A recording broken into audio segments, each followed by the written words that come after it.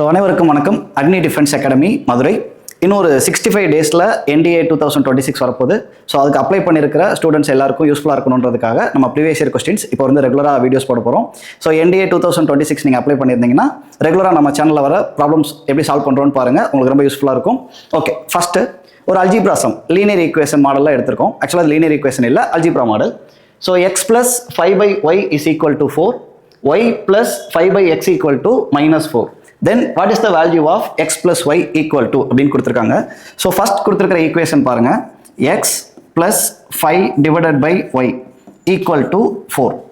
இங்கே எல்சிஎம் எடுத்துக்கலாம், ஏன்னா அடிஷன் வந்து ஒன்று ஃப்ராக்ஷனில் இருக்க ஒன்று இன்டிஜராக இருக்கும். நம்ம என்ன பண்ணியிருப்போம், இன்டிஜர் பார்ட் இருக்கிறதுனால எல்சிஎம் எடுத்து ஆட் பண்ணுவோம். ஸோ எல்சிஎம் எடுத்தீங்கன்னா x y plus 5 divided by y is equal to 4.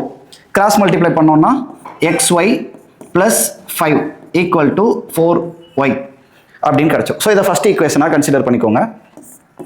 சிமிலராக second equation என்ன கொடுத்துருக்காங்க, y + 5/x = -4. இதே பேட்டர்னில் நீங்கள் சால்வ் பண்ணால் உங்களுக்கு என்ன கிடைச்சிருக்கும், xy + 5 = -4x அப்படின்னு கிடைக்கும். இதை செகண்ட் ஈக்குவேஷனாக கன்சிடர் பண்ணிக்கோங்க.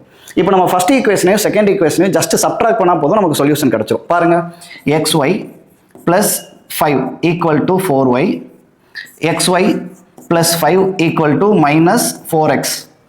ஸோ சப்ட்ராக்ட் பண்ணால் என்ன பண்ணியிருப்போம், xy கேன்சல் ஆகிடும், 5 கேன்சல் ஆகிடும், 0. 4y + 4xன்னு கன்வெர்ட் ஆகிடும். 4 காமனாக எடுத்துக்கோங்க. ஸோ x + y, 4 இந்த பக்கம் ரைட் ஹேண்ட் சைடு டிவைட் பண்ணிங்கன்னா x + y வேல்யூ என்ன கிடச்சிரும், நம்மளுக்கு 0ன்னு கிடச்சிரும். So option A, x + y value 0. So இந்த மாதிரி தான் நம்ம அல்ஜிப்ரா கொஸ்டின் சால்வ் பண்ணணும். அவங்க என்ன கேட்டிருக்கிறாங்களோ அந்த பேட்டர்னுக்கு ஏற்ற மாதிரி நீங்கள் எடுத்தால் போதும். ஸோ எல்சிஎம் எடுக்கிறோம், 2 ஈக்குவேஷன்ஸ் கிடைக்குது. x + y கேட்டிருக்கிறதுனால நீங்கள் டேரெக்டாக சப்ட்ராக்ட் பண்ணால் போதும், நமக்கு சொல்யூஷன் கிடைச்சிடும். ஓகேவா, நெக்ஸ்ட். ஸோ நெக்ஸ்ட் கொஸ்டின் பாருங்க, how many sides are there in a polygon which has 20 diagonals. ஆக்சுவலாக நம்மளுக்கு வந்து பாலிகனுக்கும் நம்பர் ஆஃப் டயகனல்ஸ்க்கும் ஒரு காம்பினேஷன் படிச்சிருப்போம். இது ஆக்சுவலாக 6.4 எக்ஸசைஸில் இருக்கும். சிபிஎஸ்சி 11th படிச்சிங்கன்னா, மெட்ரிக்கில் இருந்தீங்கன்னா 11th 4.3 ஆர் 4.4 இந்த ப்ராப்ளம் இருக்கும். NC2 - n அப்படின்ற ஒரு பேட்டர்ன் கொடுத்துருப்பாங்க.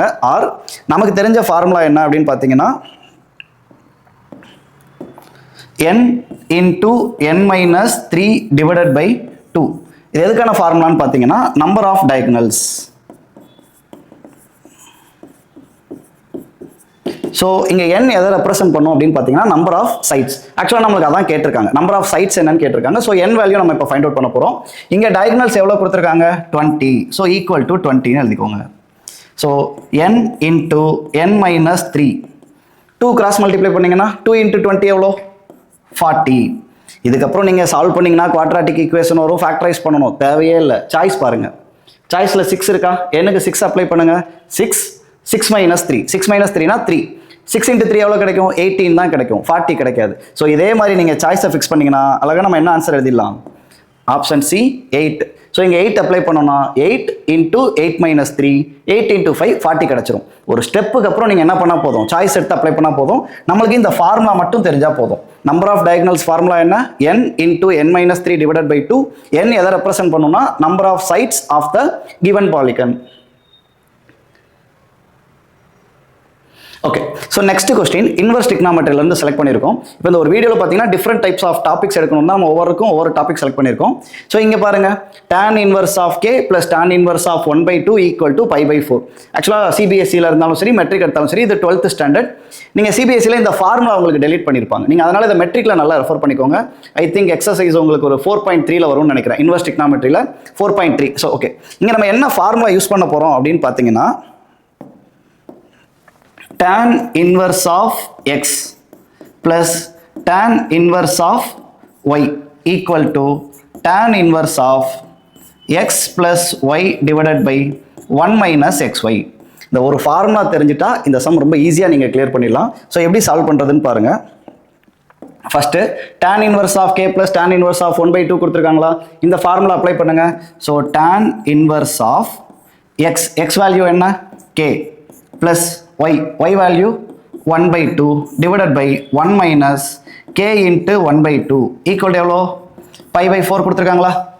tan இன்வர்ஸ் நீங்கள் ரைட் ஹேண்ட் சைடு எடுத்துகிட்டு போனீங்கன்னா டேனாக கன்வெர்ட் ஆகிடும். ஸோ இங்கே என்ன டேர்ம் இருக்குன்னு எழுதிக்கோங்க, k + 1/2 divided by 1 - k/2 equal to tan inverse right hand side போனால் என்னவா போகும், tan. So tan π/4 means 1, tan 45 value 1. So cross multiply பண்ணுங்கள், அவ்வளோதான்.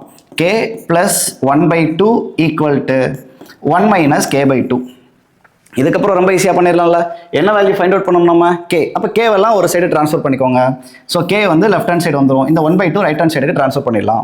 So k + k/2 equal to 1 - 1/2. LCM எடுத்து ஆட் பண்ணிங்கன்னா 3k/2 ஈக்குவல் டு 1/2 கிடைக்கும். 2 க்கு 2 என்ன பண்ணிடலாம், கேன்சல் பண்ணிடலாம். ஸோ k வேல்யூ என்ன, ஃபைனலாக 3 ரைட் ஹேண்ட் சைடு ட்ரான்ஸ்ஃபர் பண்ணிங்கன்னா டிவிஷனாக இருந்திருக்கும். k value 1/3. So option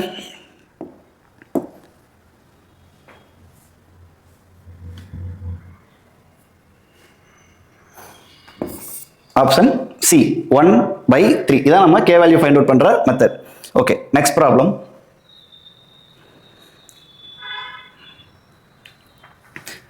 so next பாருங்க, what is the equation of the circle whose diameter is 10 cm and the equations of two diameters are x + y = 0 and x - y = 0 அப்படின்னு கொடுத்துருக்காங்க. ஆக்சுவலாக இது ஒரு circle based some. நீங்கள் அந்த conic section அப்படின்னு படிப்பீங்க, போத் சிபிஎஸ்சி அண்ட் மெட்ரிக்ல 11th ஸ்டாண்டர்டில் இருக்கும். ரொம்ப ரொம்ப சிம்பிளான சம். நீங்கள் அவங்க கேட்டிருக்கிறது என்ன அப்படிங்கிறதெல்லாம் தெரிஞ்சுக்கணும்னு அவசியம் இல்லை. ஜஸ்ட் சர்க்கிளோட ஈக்குவேஷன் ஃபார்மெட் என்ன, x - h the whole square plus y - k the whole square equal to r square. இங்கே r எதை ரெப்ரசன்ட் பண்ணோம்னா நம்மளுக்கு ரேடியஸ் ஆஃப் த சர்க்கிள். இங்கே டயமீட்டர் எவ்வளோ கொடுத்துருக்காங்க, 10 cm கொடுத்துருக்காங்க. டயமீட்டர் 10 இருந்தால் டயமீட்டரோட ஹாஃப் தான் நமக்கு ரேடியஸ் தெரியும்ல. ரேடியஸ் எவ்வளோ, 5. ஸோ அப்போ இந்த பக்கம் பார்த்தீங்கன்னா 5 ஸ்கொயர் ஆக்சுவலாக 25 கிடைக்கும் ரைட் ஹேண்ட் சைட். இங்கே h அண்ட் k டிஃபராக இருந்துச்சுன்னா, அதாவது ஒரு சென்டர் வந்து 0,0 இல்லாமல் வேறு வேல்யூஸ் இருந்துச்சுன்னா அந்த 25 சேஞ்ச் ஆக சான்ஸ் இருக்குது. ஓகே, இப்போ பாருங்கள், ஒரு சர்க்கிள் எடுத்துக்கிறோம்னு வச்சுக்கோங்களேன். ஆக்சுவலாக டயாமீட்டரோட டெஃபினிஷனே என்ன, it passes through the centre of the circle.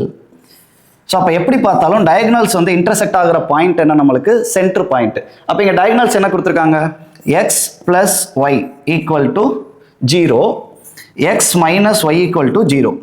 இதை நீங்கள் சால்வ் பண்ணாலும் சரி, இல்லை கான்செப்ட் ஓரியன்டாக ஆட் பண்ணாலும் 0 கிடைக்கணும், சப்ட்ராக்ட் பண்ணாலும் 0 கிடைக்கணும்னா என்ன கிடைக்கும், ஆக்சுவலாக எக்ஸும் 0வாக இருக்கணும், ஒய்யும் 0. அப்போ இந்த சர்க்கிளோட சென்டர் பாயிண்ட் என்ன, 0,0. So x - 0 the whole square plus y - 0 the whole square.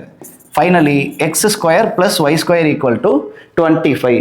So option B second choice. So எப்படி பண்ணுறோன்னு தெரியுதா, ஒரு சர்க்கிளோட ஜென்ரல் ஃபார்மெட் எடுத்துக்கிறீங்க, டயாமீட்டர் கொடுத்துருக்காங்க, நம்ம என்ன பண்ணுறோம், ரேடியஸ் ஃபைண்ட் அவுட் பண்ணுறோம்.